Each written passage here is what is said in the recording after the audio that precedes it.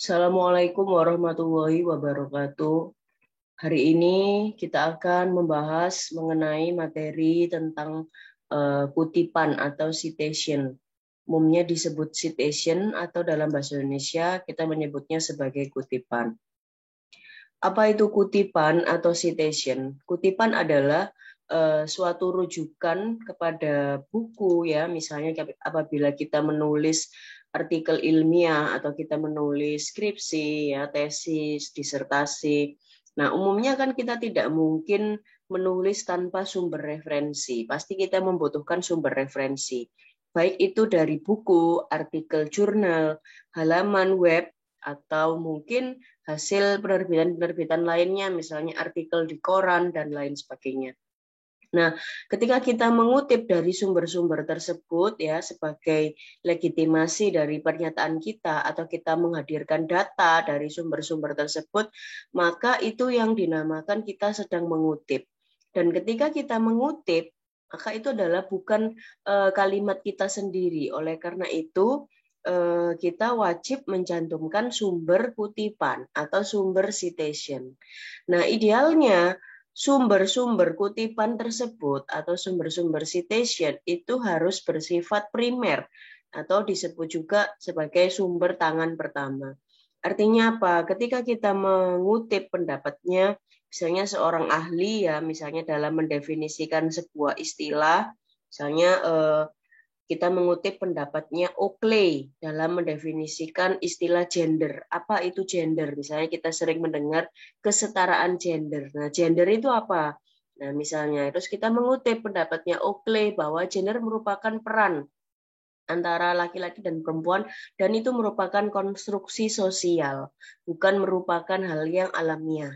Nah, misalnya seperti itu. Nah, itu adalah mengutip ya, kita mengutip pendapatnya Oakley misalnya. Nah, tetapi kita harus membaca langsung dari bukunya Oakley. Nah, itu yang disebut sumber primer. Apabila kita mengutip pendapatnya Oakley, tetapi kita membaca dari tulisannya orang lain yang mengutip pendapatnya Oakley, misalnya kita karena misalnya buku itu terbit di tahun 80-an. Nah, misalnya kita tidak bisa menemukan e-booknya misalnya, yang versi digitalnya itu tidak ada misalnya. Tapi kita menemukan pendapat tersebut itu dari artikel orang lain, misalnya gitu ya, yang juga mengutip pendapatnya Oakley. Nah, kalau kita mengutip dari artikel orang lain, maka itu bukan bersifat primer gitu, tapi bersifat sudah tangan keberapa itu ya kan. Nah, seperti itu. Itu yang disebut sumber primer ya. Jadi harusnya idealnya kita harus mencari langsung sumber induknya gitu ya. Kita harus mencari langsung bukunya Oakley itu yang akan kita kutip. Itu idealnya. Kemudian yang kedua, bersifat mutakhir atau recent ya. Nah, mutakhir itu artinya apa? Kalau ada sebuah teori, kemudian teori itu digugurkan oleh teori yang selanjutnya. Nah, misalnya dalam ilmu pengetahuan, sebuah teori itu kan senantiasa berkembang. Teori yang satu dengan teori yang lain itu kan pasti akan saling menyempurnakan.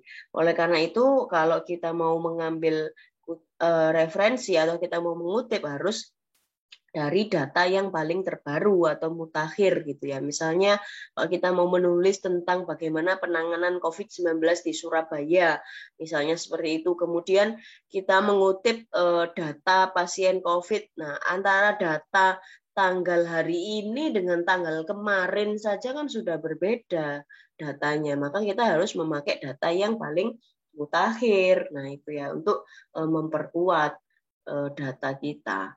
Seperti itu. Nah, kemudian apa gunanya atau apa fungsinya kita mengutip atau kita menuliskan sumber kutipan? Nah, sumber kutipan dan juga daftar pustaka. Yang pertama adalah fungsinya untuk menunjukkan orisinalitas kita dalam berkarya. Artinya, ketika kita menulis karya ilmiah, nah, apabila kita mengutip tulisan orang lain, tentu saja kita harus menyebutkan bahwa itu adalah tulisan orang lain, bukan pendapat kita. Nah, itu ya, karena apabila kita mau mengumpulkan artikel yang untuk kita setorkan ke jurnal tertentu atau kita mau menulis skripsi, kemudian mau dipublikasikan, nah itu akan melewati tahap yang dinamakan cek plagiarisme.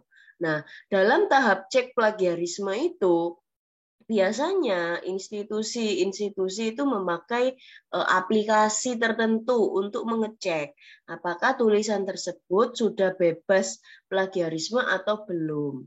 Nah, salah satu aplikasi atau tools yang digunakan biasanya adalah yang disebut dengan Turnitin. Nah, apabila tulisan kita itu kemudian dimasukkan ke dalam Turnitin ini, kemudian nanti dia akan menyeken ya tulisan kita. Kalau misalnya kita banyak mengutip dari sumber lain dibandingkan dengan kalimat kita sendiri, itu maka persentase kesamaan atau persentase similarity-nya dengan tulisan orang lain di luar sana ya. Nah, itu akan tinggi. Oleh karena itu, penting terutama apabila kita mengutip kemudian tidak menyebutkan sumbernya. Nah, itu lebih parah lagi gitu ya. Jadi akan terdetek bahwa tulisan kita itu plagiat seperti itu.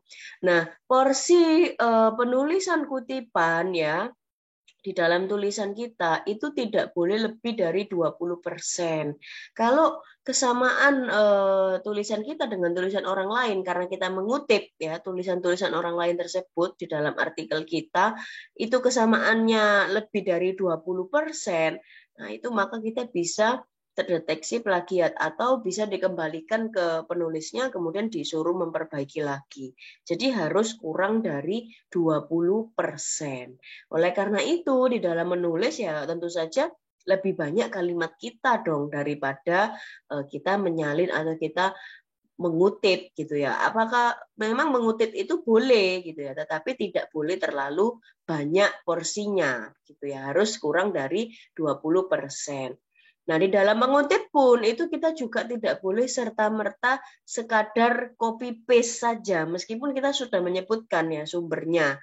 Tetapi harus kita olah lagi dengan kalimat kita sendiri atau yang kita sebut sebagai parafrase. Nah, gitu ya. Jadi harus kita olah lagi supaya apa? Supaya persentase kesamaannya kalau dicek dalam mesin plagiarisme itu kemudian itu bisa sedikit persentasenya. Kalau tidak kita parafrase itu bisa tinggi sekali nanti persentase kesamaannya. Nah, itu bahkan berbahaya juga. Kita bisa dituduh plagiat. Kemudian yang kedua adalah untuk meningkatkan impact factor. Nah, impact factor itu apa? Impact factor itu adalah rekam jejak ya, seberapa banyak tulisan kita itu dikutip oleh orang lain.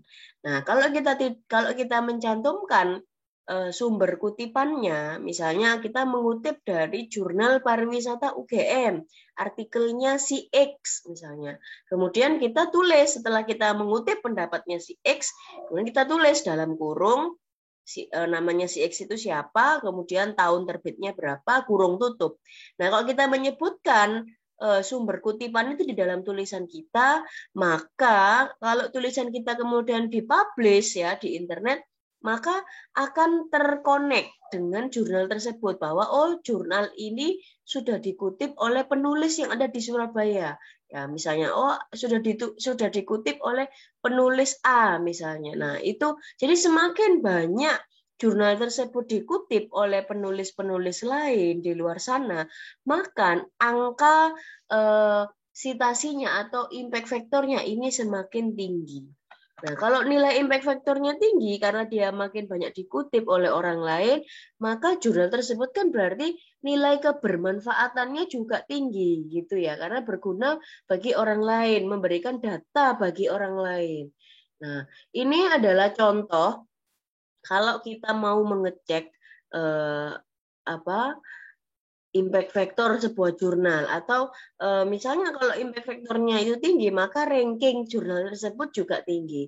Nah di Indonesia ini ya untuk jurnal nasional ini ya ini adalah tampilan Sinta ya sinta.ristekprint.go.id. Nah dalam jurnal-jurnal nasional di Indonesia lembaga yang mengakreditasi jurnal-jurnal nasional itu salah satunya adalah Sinta ini miliknya Kementerian Ristek ya dan Teknologi. Nah itu ya jadi apabila kita mau mencari jurnal kemudian kita mau mengecek ranking jurnal tersebut di dalam Sinta itu Sinta berapa. Jadi ada Sinta 1 sampai Sinta 6 gitu ya. Nah, kemudian kita mau cek dia terakreditasi Sinta atau tidak misalnya. Nah, kita bisa buka websitenya ini Sinta ini ya, sinta.ristekprint.go.id. Kemudian di bawah ini kan ada kolom untuk mencari ya. Jadi kita cari saja nama jurnalnya apa, kemudian kita klik search. Nah, maka akan tampilannya seperti ini. Ini misalnya saya mencari jurnal ilmu sastra ya yang namanya Poetika. Ini jurnalnya UGM. Misalnya. Kemudian di sini di sebelah kanan ini ada S2 Sinta Score. Artinya jurnal ini berpredikat Sinta 2. Nah, jadi yang terbaik itu adalah Sinta 1, kemudian turun sampai Sinta 6. Jadi kalau Sinta 2 ini sudah termasuk tinggi ya rankingnya atau peringkatnya. Nah, kemudian di sini ada citation 300. Nah, ada H-index. Nah, ini yang saya maksud tadi, impact factor tadi. Jadi, seberapa banyak jurnal ini dikutip dalam 5 tahun terakhir. Nah, dikutip oleh berapa orang? Oh, sudah dikutip 300 kali. Sudah disitasi 300 kali. Nah, seperti itu. Nah, ini di bawahnya nih juga ada rincian-rinciannya.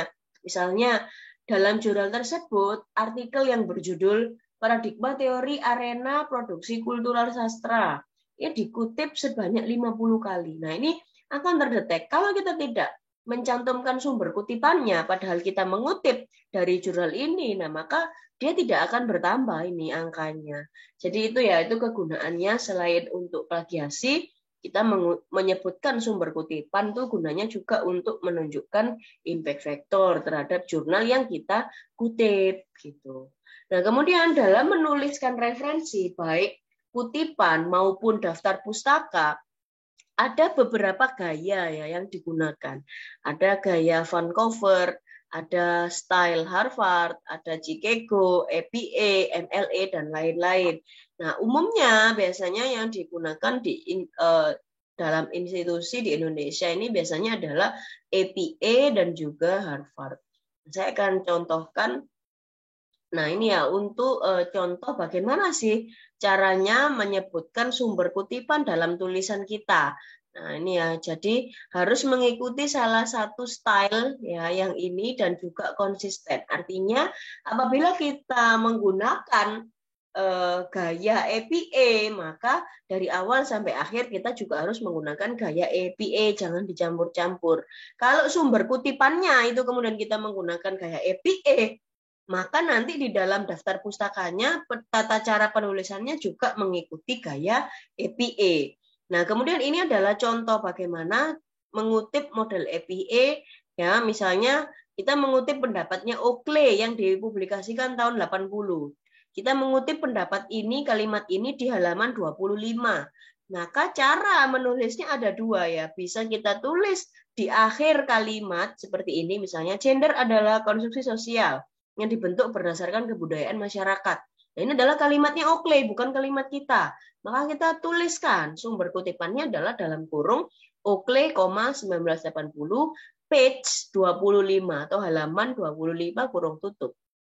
Nah, kalau kita menyebutkan sumber kutipannya itu di awal kalimat, itu boleh juga misalnya Oakley 1980 mengatakan bahwa, nah seperti itu. Ini ya, itu dua model.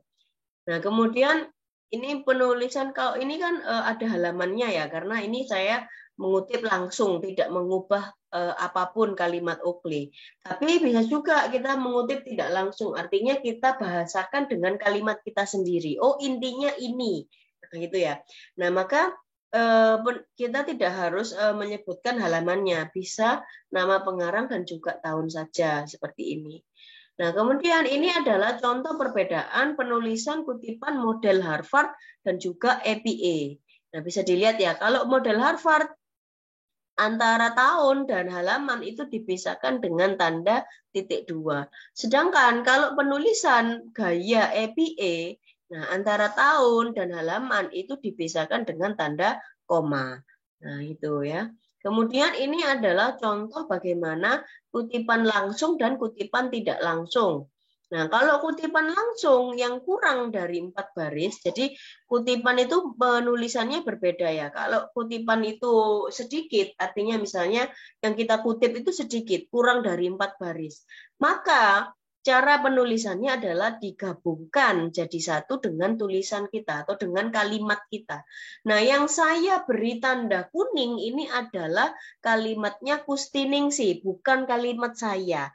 Yang kalimat saya itu adalah yang tulisan yang tidak bertanda kuning. Nah, karena misalnya saya sudah menulis, kemudian saya butuh legitimasi ya untuk melegitimasi tulisan saya atau untuk memperkuat argumentasi dari kalimat saya, maka saya mengutip pendapatnya Kustiningsih yang mengatakan bahwa film ini menunjukkan masalah terkait dengan teknologi internet yang tidak diimbangi oleh literasi digital misalnya. Nah, ini kan hanya 3 baris kan yang saya kutip ini, maka ini jadi satu ya dengan kalimat kita di dalam satu paragraf. Nah, tetapi berbeda dengan ini misalnya. Kalau kita mengutipnya itu banyak, lebih dari 4 baris, misalnya ya ini yang saya beri tanda kuning, ini kan lebih dari 4 baris ya kalau ditulis. Nah, ini kan banyak, maka harus disendirikan seperti ini. Harus di-enter ke paragraf berikutnya, kemudian menjorok ke dalam. Jadi tidak lurus dengan kalimat kita, jadi tidak jadi satu seperti ini. Ya, ini disendirikan karena dia banyak yang dikutip, lebih dari 4 baris. Nah, kemudian kalau tadi kutipan langsung ini ada tanda petiknya ya, sedangkan kalau kutipan tidak langsung ini kita membahasakan dengan bahasa kita sendiri, jadi tidak ada tanda petiknya. Nah, itu ya sama seperti cara menulis kalimat langsung dan kalimat tidak langsung. Nah, kemudian ada beberapa cara ya kutipan tidak langsung itu dengan cara parafrase yang saya katakan tadi. Cara parafrase itu artinya kita mengutip, kemudian kita membahasakan dengan kalimat kita sendiri tanpa mengubah makna dari sumber tersebut, sumber yang kita kutip itu. Contoh, kita mengutip pendapatnya Spencer yang dipublikasikan tahun 99 di halaman 3 sampai halaman 15. Jadi kita memparafrasekan dari halaman 3 sampai halaman 15 itu intinya apa? Inti dari pendapatnya Spencer itu apa? Misalnya, nah kita parafrasekan, kita ambil inti-intinya saja misalnya. Nah itu parafrase ya, jadi tidak serta-merta kita salin begitu saja, tetapi kita bahasakan dengan bahasa kita sendiri. Nah kemudian ada juga misalnya teknik summarize atau merangkum. Jadi misalnya kita merangkum dari beberapa sumber yang itu sebenarnya mendefinisikan hal yang sama. Misalnya definisi itu kan biasanya ada menurut pendapat A, menurut pendapat B, definisi ini itu begini. Nah, misalnya ini definisi koperasi menurut beberapa sumber. Nah, ini bisa juga kita parafrase, kemudian kita jadikan satu ya sumbernya. Misalnya ada dari kita mengutip dari Komarudin, kita mengutip dari Han dan Osborne, kita mengutip dari Wedgridge. Nah, itu kita jadikan satu. Yang intinya definisi koperasi menurut sumber-sumber ini adalah seperti yang saya tulis itu. Itu summarize. Kemudian bagaimana apabila kita mengutip atau menulis ya kutipan dari tulisan orang lain tapi bukan langsung dari sumbernya. Misalnya kita mau mengutip pendapatnya Lippmann tahun 80, tetapi kita mengutip pendapatnya Lippmann itu dari artikelnya Perdana yang dipublikasikan tahun 2014. Jadi kita tidak membaca langsung tulisannya Lippmann, tapi kita membaca kalimatnya Lippmann itu melalui artikelnya Perdana, di artikelnya Perdana. Nah, maka cara menulisnya adalah Lippmann 1980 dalam Perdana 2014 mengungkapkan bahwa, nah seperti itu. Jadi gitu ya, karena kita tidak membaca langsung dari bukunya Lippmann, gitu. Nah, kemudian cara menulis kutipan itu bisa juga secara otomatis ya, karena kita bisa juga memanfaatkan aplikasi tertentu misalnya seperti Mendeley, atau bisa juga kita memanfaatkan menu references yang ada di Microsoft Word. Supaya nanti ketika misalnya kita menulis artikel untuk jurnal atau kita menulis skripsi, itu tidak manual menulis daftar pustakanya, jadi bisa langsung secara otomatis. Nah, bagaimana caranya? Ini akan saya jelaskan dalam video berikutnya.